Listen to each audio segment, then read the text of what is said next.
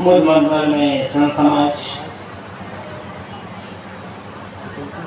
धर्मानुरागी सज्जनों, श्रद्धा मूर्ति देवी, अरे बड़ा करो ना आदमी को। मेरे हिसाब से सदगुरु कबीर का लाइव लाइव लाइव एक बड़ा सरल सा पद है और उसमें सदगुरु कबीर हमें जीवन जीने की राह दिखाते हैं, जीवन जीने की कला बताते हैं।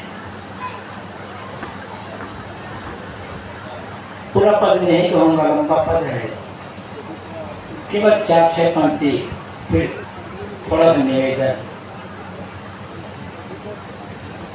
सदगुरु शरणे जाए के तामस त्यागी, भला बुरा कही जाए तो उठ नहीं लागी। उठ लागे सो रार रार महान नीच है, जे घट उपजे क्रोध सोई घट नीच है। जो कोई गाली दे तो जवाब मत दीजिए, गल अमृत तेरे पास घोर क्यों न पीजिए। सदगुरु कबीर पहली बात बताते हैं, सदगुरु शरणे जाए के तामस त्यागी। अरे तुम सदगुरु की शरण में चले गए हो, किसी गुरु की भक्ति करते हो, किसी देवता या भगवान की भक्ति करते हो, किसी गुरु के भक्त हो गए हो, भगवान के भक्त हो गए हो, गुरु से दीक्षा ले लिए हो, तो उसकी पहली कसौटी है अंदर का जो तामस है उसका मिट जाना। तामस अंधकार, अज्ञान, उत्तेजना, क्रोध और सब मिलाकर एक ही बात है। हम भक्ति करते हैं, सत्संग करते हैं, धर्म के काम करते हैं, इन सब की कसौटी क्या होनी चाहिए? सदगुरु कहते हैं एक ही बात, अंदर का तामस का मिट जाना। भीतर जो अज्ञान अविद्या का अंधकार है, इस अंधकार का मिट जाना। अंधकार में हम भटकते हैं, अंधकार में किसी चीज को ढूंढते हैं, चीज मिल नहीं पाती। अंधकार में चलने फिरने पर रास्ते में ठोकर लग जाती, किसी चीज पर पैर पड़ जाते हैं। अंधकार में बहुत काम नहीं किया जा सकता, काम होता है प्रकाश में, चीजें साफ साफ दिखाई पड़ती हैं। अंधकार हो जाने पर हम प्रकाश जलाते हैं। सदगुरु कहते हैं तुम्हारे भीतर का अंधकार मिटा है या नहीं मिटा। भक्ति करते करते,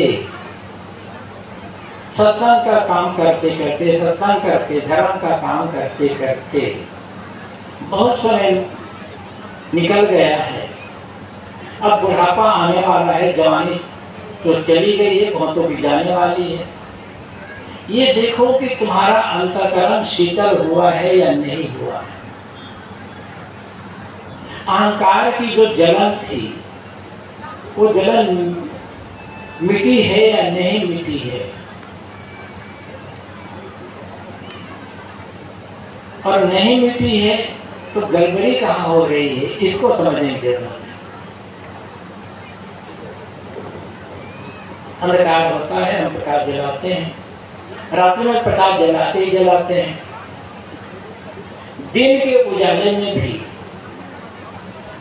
जब मंदिर जाते हैं तो एक छोटा सा दीपक जला लेते हैं, सोचते हैं भगवान की भक्ति कर रहे हैं, भक्ति करने मंदिर आए हैं, तो एक छोटा दीपक जला लें। घर में मंदिर बना लेते हैं, उसमें भी लोग सुबह शाम दीपक जलाते हैं, नहाने के बाद दीपक जलाते हैं। गुरु का चित्र है, गुरु की मूर्ति है, उसके आगे दीपक जलाते हैं। रात्रि के अंधकार में दीपक जलाते, बात समझ में आती। लेकिन दिए का उजाला है और उस उजाले में दीपक जला रहे हैं। क्यों जलाया जा रहा है? क्या मंदिर के भगवान को दिए की आवश्यकता है? वो तो प्रकाश स्वरूप है। हम कहते हैं भगवान तो प्रकाश स्वरूप है, पूरी दुनिया को प्रकाशित करने वाला है। तो जो पूरी दुनिया को प्रकाशित करने वाला है उसके सामने छोटा सा दिया जलाना, इसका अर्थ क्या होता है? वस्तुतः वो दिया मंदिर में बैठा जो भगवान है उसके लिए नहीं होता, उसके लिए जलाते हैं, अपने लिए जलाते हैं। भीतर में जो भगवान बैठा है उस भगवान के लिए जलाते हैं। किंतु दिया जलाते जलाते उम्र बीत जाती है, भीतर दिया नहीं जल पाता। और इसीलिए हमारा भटकाव दूर नहीं होता, मन का भ्रम दूर नहीं होता, हमारे जीवन में शांति नहीं आती। जिस सुख के तलाश में भटकते हैं वो सुख का अनुभव नहीं हो पाता। आवश्यकता है भीतर दिया जलाना। जब मंदिर में दिया जलाएं, कभी भी हो या घर में देहरी पर दिया जलाएं, तो मंदिर में जब दिया जलाएं, गुरु चित्र के सामने, मूर्ति के सामने जब दिया जलाएं, तो इतना ही हमको करना होगा और फिर अभ्यास भी करना होगा। जब मंदिर में दिया जलाएं या गुरु के सामने दिया जलाएं, तो दिया जलाने के पश्चात आंख बंद करके हाथ जोड़कर एक प्रार्थना करें कि हे भगवान, हे गुरुदेव, मैंने जैसे आपकी मूर्ति, आपके चित्र के सामने दिया जलाया है, मुझे आशीर्वाद दे दीजिए। इसी प्रकार मेरे हृदय मंदिर में ज्ञान भक्ति धर्म का दिया जल जाए।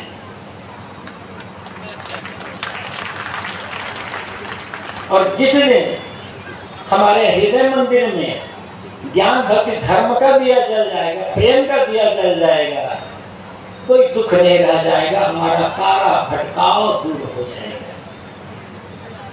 और जब तक हृदय मंदिर में ये ज्ञान भक्ति धर्म का दिया नहीं जलता है, भटकते ही रह जाते हैं।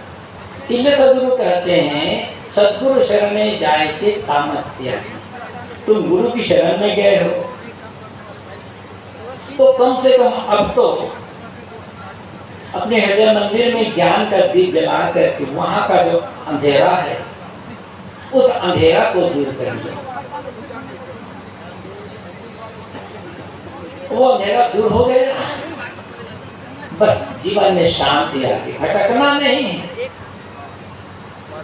कुछ पाने के लिए बाहर भटकना नहीं। खोजने से जो चीज मिलती है वो चीज मिल करके छूट जाती है। जो चीज मिली हुई है उसे खोजते कहाँ हैं? जे खोजत कल्पो गया घटे माही तो मुंह, बारी गर्भ गमानते ताते कर गई। क्या कहते हैं? जिस मूल तत्व को तुम खोज रहे हो, जिस ब्रह्म तत्व को, आत्म तत्व को, परम तत्व को खोज रहे हो, वो तो भीतर ही है, घट ही माहित। वो मूल तत्व घट के भीतर ही, घट के भीतर है तो अनुभव में क्यों नहीं आता? सदगुरु कहते हैं बारी गर्भ गुमान थे, गर्व बढ़ गया, अहंकार बढ़ गया और गुमान संदेह बढ़ गया। इन दोनों कारणों से घट के भीतर विराजमान होते हुए, अपना स्वरूप होते हुए भी दूर जैसा हो गया। दूर नहीं, पाना नहीं, मन का जो भ्रम है उस भ्रम को दूर करना है। और भ्रम दूर कैसे होगा? जब ज्ञान और धर्म का दीप जलेगा तब। सब आगे कहते हैं, भला बुरा कही जाए तो उठ नहीं लागिए। कुछ तुम्हें भला बुरा कहते, तुम्हारी निंदा आलोचना कर दे तो विवाद में पड़ना, उठ करके जैसा वो व्यक्ति कर रहा है वैसा मत करना, क्योंकि वो तो वैसा ही हुआ, तुम मत ही हो अयान। वो निर्गुणिया तय गुणवंता मत एक में था। गुरु कभी कहते हैं वो तो अज्ञानी है, तुम उसके जैसा अज्ञानी क्यों बनते हो? तुम अपने को गुणवान मानते हो, समझदार ज्ञानी मानते हो, तो प्रतिक्रिया में पड़कर अज्ञानी जैसा काम तुम क्यों कर रहे हैं? सोचो जरा, उठ करके लगो मत, क्योंकि उठी लागे सो रार महानीच है। जब हम उठ करके लगे प्रतिक्रिया में पड़ेंगे, हमारे भीतर बदला लेने का भाव आ जाएगा, और बदला लेने का भाव आने पर हम बदला लेने की क्रिया करने लग जाएंगे, तो सहायता करते हैं राग विवाद बढ़ जाएगा, झगड़ा बढ़ जाएगा। और झगड़ा सदैव नुकसानदेह होगा। झगड़ा चाहे भीतर हो, चाहे घर में हो, चाहे समाज में हो, चाहे देश में हो, जिस स्तर में झगड़ा होता है उसी स्तर पर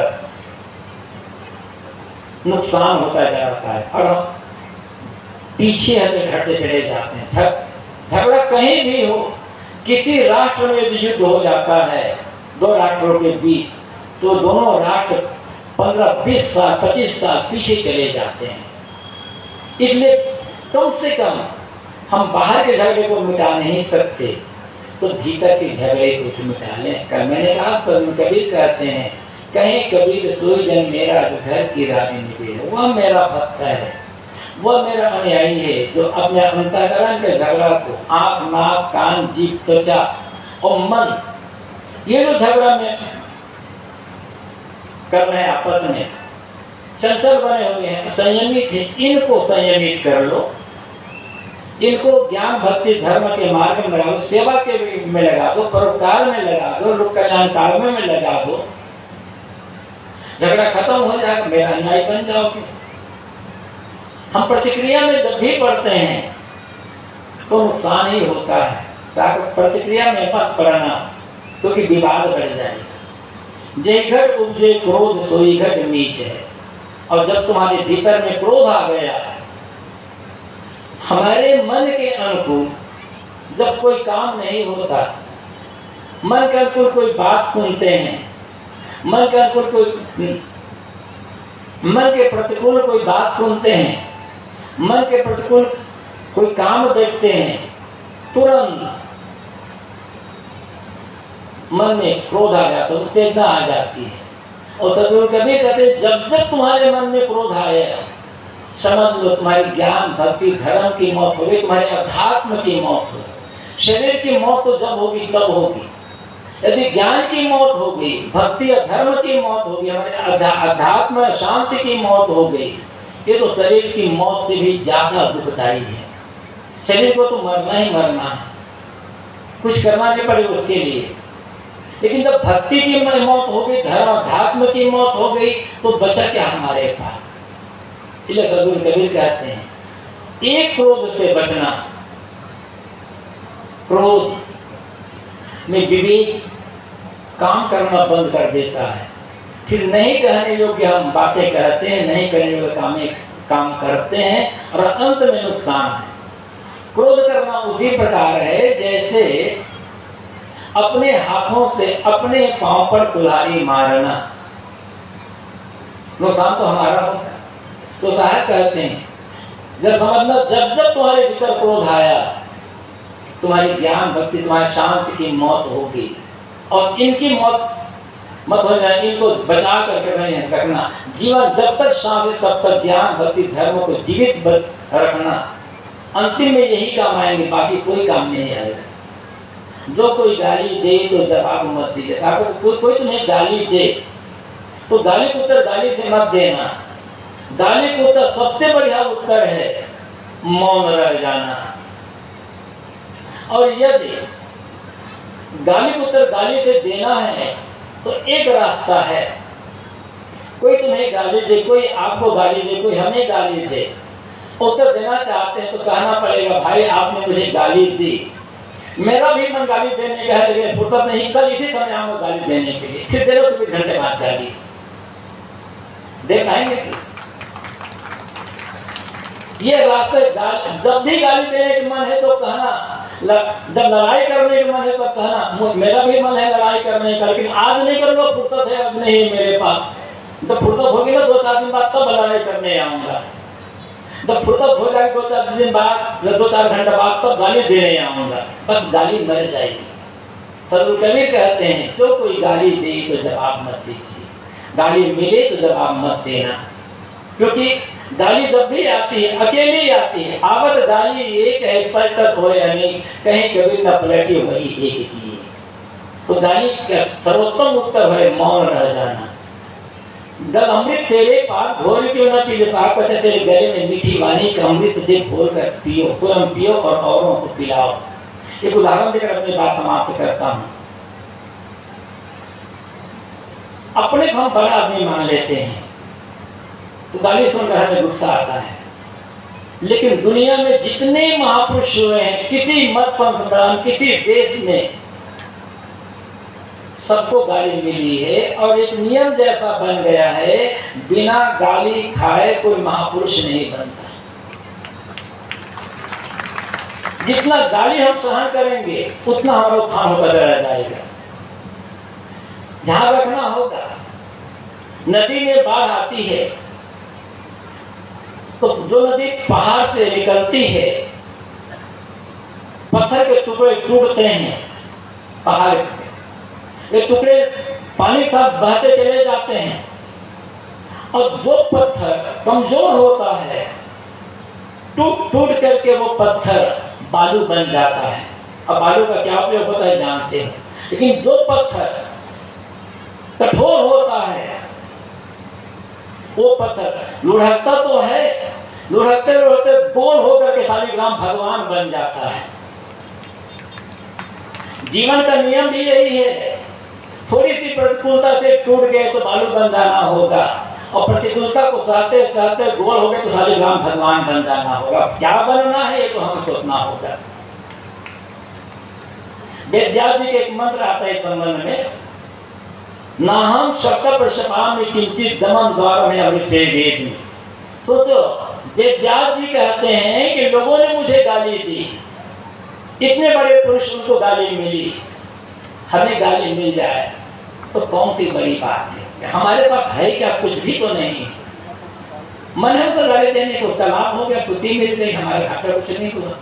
तो वेदव्यास जी कहते हैं लोगों ने मुझे गाली दी लेकिन बदले में गाली ले देता। क्यों?